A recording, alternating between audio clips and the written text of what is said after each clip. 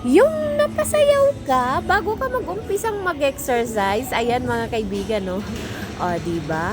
Tapos, bubuhatin ko na ang barbell na ang tawag ay reverse barbell curl. Ayan. Dahil may pa-curl-curl o pa-curve-curve yung bar niya. Ayan. Ganyan po ang gagawin ko mga kaibigan. Dapat, ang itataas ko lang mula dyan sa siko at papunta sa kamay lang hanggang sa palm. Ayan.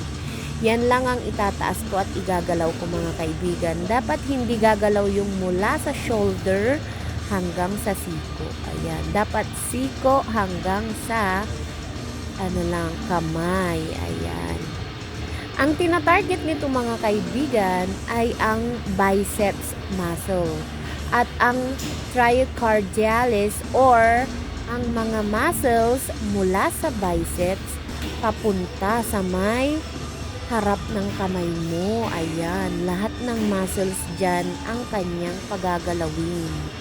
Ayan siya mga kaibigan. Nagpapaliit ito ng braso mga kaibigan, pero nagtutone at nagpapaganda ng muscles dyan sa biceps. O, diba?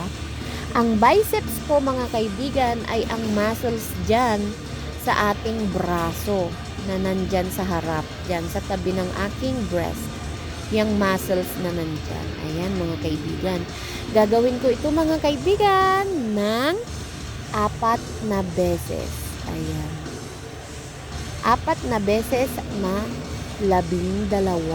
O diba?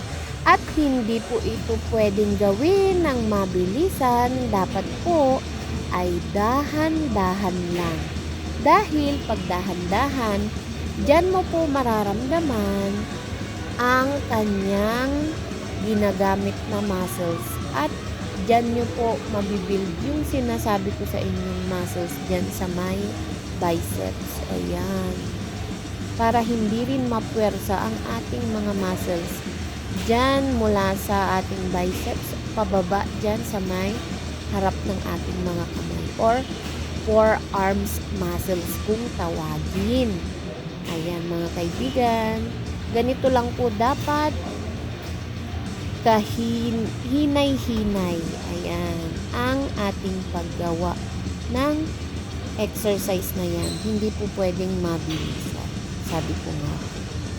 Ayan. O, diba? Medyo lumiliit naman ng aking braso, mga kaibigan. O, diba? Tingnan nyo naman. Nag-improve na talaga ako. Sabay ganun, nagbuhat ng sariling bangko. Maraming salamat mga kaibigan ko sa lagi niyong pagsuporta sa akin, sa lagi niyong panonood sa aking mga video na ina-upload. Ayan. At isa lang po masasabi ko, I love you all. Happy morning, blessed morning, good morning po sa inyong lahat.